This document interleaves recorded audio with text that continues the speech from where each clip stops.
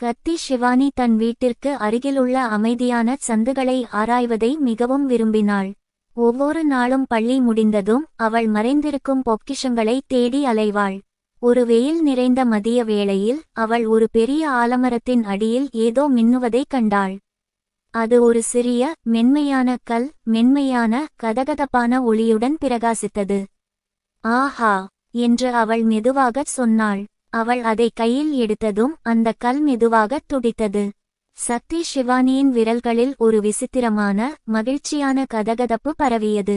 அன்று மாலை அவளது அண்டை வீட்டுக்காரரான தண்டபாணி மாமா சோகமாக இருந்தார். அவரது சிறிய தொட்டிச் செடி வழக்கமாக பச்சையாக இருக்கும் வாடிக்கொண்டிருந்தது. ஐயோ என்று அவர் பெருமூச்சு விட்டார். நான் அதற்கு தண்ணீர் ஊற்ற மறந்துவிட்டேன். சக்தி ஷிவானி தனது ஒளிரும் கல்லை நினைவுகூர்ந்தாள். அவள் கவனமாக அதைச் செடியின் இலைகளில் தொட்டாள். உடனடியாக அந்த கல் பிரகாசமாக ஒளிர செடி புத்துயிர் பெற்றது. அதன் இலைகள் துடிப்பான பச்சையாக மாறின. தண்டபாணி மாமா மூச்சு திணறினார். இது ஒரு அற்புதம். சக்தி ஷிவானி சிரித்தாள். ஒரு மந்திர உணர்வு அவளுக்குள் பரவியது. அவளது கல் சிறப்பு வாய்ந்தது என்று அவளுக்கு தெரியும். அடுத்த நாள் நித்யா அத்தை கனமான மளிகை பொருட்களை கொண்ட ஒரு கூடையைச் சுமக்கச் சிரமப்படுவதை அவள் கண்டாள்.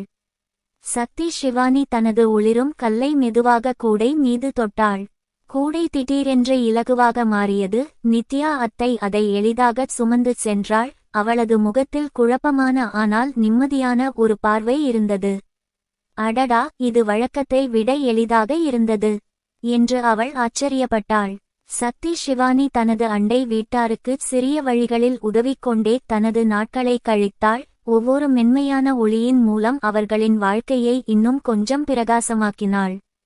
ஒரு சிறிய ஒளிரும் கல் கூட ஒரு கருணையுள்ள இதயத்துடன் பயன்படுத்தப்படும்போது பெரிய புன்னகையை கொண்டு வந்து முழு உலகையும் இன்னும் கொஞ்சம் மந்திரமாக உணர வைக்கும் என்பதை அவள் கற்றுக்கொண்டாள்.